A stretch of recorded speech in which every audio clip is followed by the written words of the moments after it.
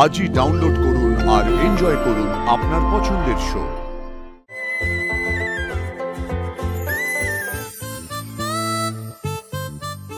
তুমি এখানে? আর কি হবে আরশি? আমার তো ফেরত যাওয়ার কোনো রাস্তাই রইলো না। বিয়েটার জন্য বাবা মা আমার থেকে মুখ ফিরিয়ে নিয়েছিল, এবার তো পাড়ার লোকে চিচি করবে। দিদি দিদি দিদি প্লিজ প্লিজ এভাবে ভেঙে পড়িস না। এরকম ভেঙে পড়ার কিচ্ছু হয়নি। দেখ যেটা হয়েছে তাতে তো তোর কোনো দোষ নেই, আর এরকম লোকে ছাড়াছাড়ি হামেশাই হতে থাকে। তুই প্লিজ এত ভাবিস না দিদি। ভাবতে তো হবে আরশি, তুই আমাদের পাড়ার লোককে চিনিস না? তোর মনে নেই তোর বিয়ের সময় কি কাণ্ডটা হয়েছিল? রীতম আর আমার ব্যাপারটা জানাজানির পর এবার আমি ডাকতে কোনোদিন ফিরতে পারবো না। আমাদের সব কিছু শেষ হয়ে গেল। আর আমার কি হবে? কাকুই কাকুই দেখো, আমার ভাই তোমাকে মিথ্যে বলে ফাঁসিয়েছে, এরকম একটা জঘন্য কাজ করেছে তোমার সাথে, কিন্তু আমি তো আছি, কিচ্ছু হবে না কাকুই। দেখো তুমি রীতমের স্ত্রী, এটাই তো তোমার পরিচয় নয়। তোমার পরিচয় হলো তুমি আশির দিদি। তুমি এই বাড়িতেই থাকবে, আমি আগেও বলেছি এখনো বলছি। কাকুই তুমি এই বাড়ি ছেড়ে কোথাও যাবে না, তুমি এই বাড়িতে আমাদের সঙ্গেই থাকবে। আর এই খবরটা নিয়ে তুমি এত ভয় পেও না। দেখো মানুষ না আজকাল সবকিছু তাড়াতাড়ি ভুলে যায়। এখন এই খবরটা নিয়ে পড়ে আছে, এরপরে অন্য একটা খবর আসলে সেটার পেছনে ছুটবে, কেউ কিচ্ছু মনে রাখবে না, ট্রাস্ট মি। দেখো এই সব কিছু থিতিয়ে গেলে আমি না হয় তোমাকে পরে টাকিয়ে নিয়ে যাব তোমার বাড়িতে, আর ততদিন অবধি ভয় পাওয়ার বা দুঃখ পাওয়ার কোনো কারণ নেই। এই না হলে আমার দাদু ভাই, দেখো দেখো বড় বৌমা, শেখো আমার দাদু ভাইয়ের কাছ থেকে শেখো। তুই একদম চিন্তা করিস না দিদি, আমরা সবাই তোর পাশে আছি। যা হয়েছে ভুলে যা। দেখ বজরংবলী যা করেন সেটা ভালোর জন্যই করেন, আর এখনো এমন কিচ্ছু হয়নি যেমনটা তুই ভাবছিস, কিচ্ছু শেষ হয়নি। তুই কিছু ভুল সিদ্ধান্ত নিয়েছিলিস, ভাগ্য ভালো সেটা অনেক আগেই জানাজানি হয়ে গেছে। বজরংবলী নিজের ভুলটা শুধরে নেওয়ার একটা সুযোগ দিয়েছে তোকে। একদম ভেঙে পড়িস না, আমরা সকলে আছি না, পজিটিভ থাক, নতুন করে জীবনটা শুরু কর।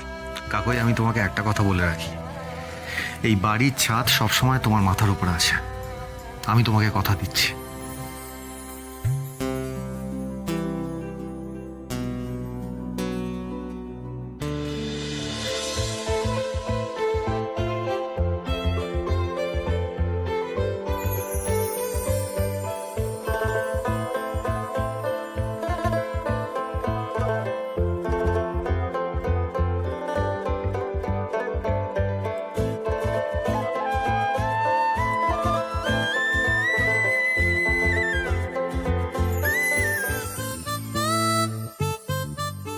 তুমি এখানে কিছু বলবে? বাবা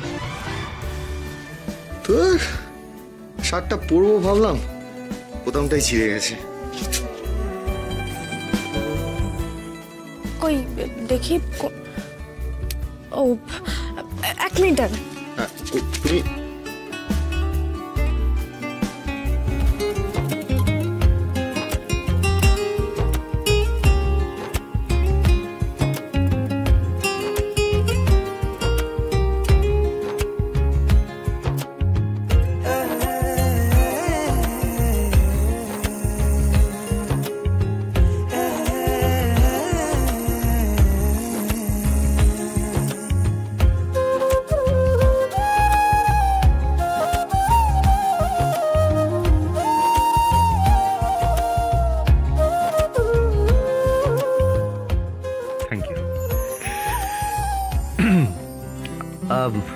আশি, তোমার ইনটিউশন কিন্তু প্রত্যেকবারই ঠিক হয়ে যায়।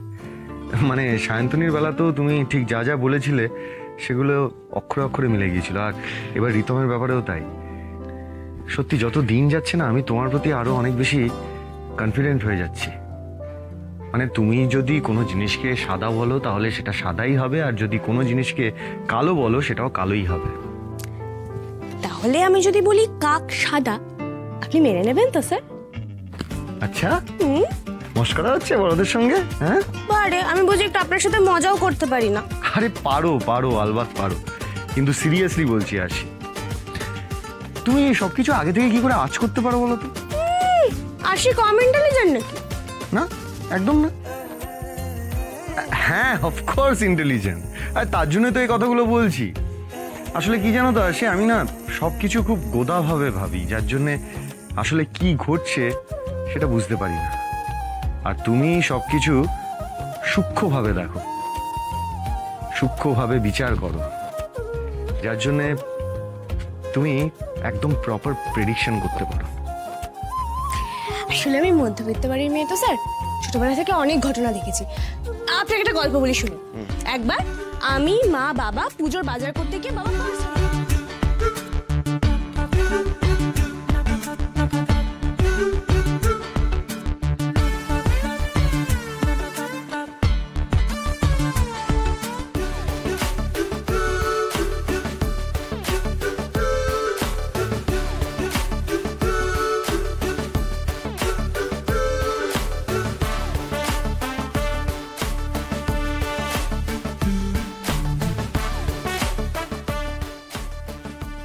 এরকমই নানা ঘটনা ছোটবেলা থেকে দেখে আসছি, তো তাই আন্দাজ করতে পারি যে কে কেমন হবে বা পরবর্তীকালে কি ঘটনা ঘটবে, এই আর কি। আর আমি বজরংবলীর কাছে প্রার্থনা করব ওরকম খারাপ মানুষ যেন আপনাকে না দেখতে। বজরংবলীকে যখন তুমি বলেছো, বজরংবলী নিশ্চয়ই তোমার কথা শুনবে। তবে একটা কথা না বলে পারছি না আসি, তোমার এই কথাগুলো শুনে আমার মনে হচ্ছে আরো বেশি করে বলতে ইচ্ছে করছে যে তুমি খুব স্মার্ট। আমি স্মার্ট? আরে কি যে বলেন না আপনি স্যার। মানে এতে এরকম করার কি আছে? আরে স্মার্ট কি মানুষ শুধুমাত্র পোশাক আশাকে হয় নাকি? স্মার্ট হয় মানুষ তার কথাবার্তাতে, তার কাজে কর্মে, তার বুদ্ধিতে। আমার বলতে দ্বিধা নেই যে তুমি আমার থেকেও বেশি স্মার্ট। এই খেয়েছে, আপনি তো দেখছি পাবলিকের হাতে আমাকে মার না খাইয়ে ছাড়বেন না। আপনার ফ্যানরা যদি এটা শোনে না, আমাকে মেরেই দেবে। ব্যাপারটা কি বলুন তো, আমি স্মার্ট আপনি বোকা সেরকম বিষয়টা নয়। বিষয়টা হচ্ছে আপনি আমার থেকে একটু বেশি সরল, নিজের কাজ নিয়ে থাকেন, অত মারপ্যাচ বোঝেন না। তবে হ্যাঁ, আপনি যেমন আছেন তেমনই থাকুন, একটুও বদলানোর দরকার নেই। আর আপনার সাথে কেউ খারাপ করতে এলে আরশি তো আছে, সব সামলে দেবে।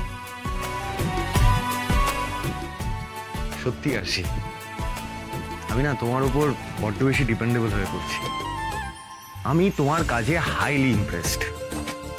বিশেষ করে বিপদের সময় তুমি যেভাবে মাথা ঠান্ডা রেখে ওই সিচুয়েশনটাকে পুরোপুরি হ্যান্ডেল করো, সেটা আমার কিন্তু দুর্দান্ত লাগে। তা আপনার কোনো সিনেমা সিনে অ্যাড করে নেবেন নাকি? গ্রেট আইডিয়া, করাই যায়। কিন্তু তার আগে তোমার একটা গিফট পাওনা আছে।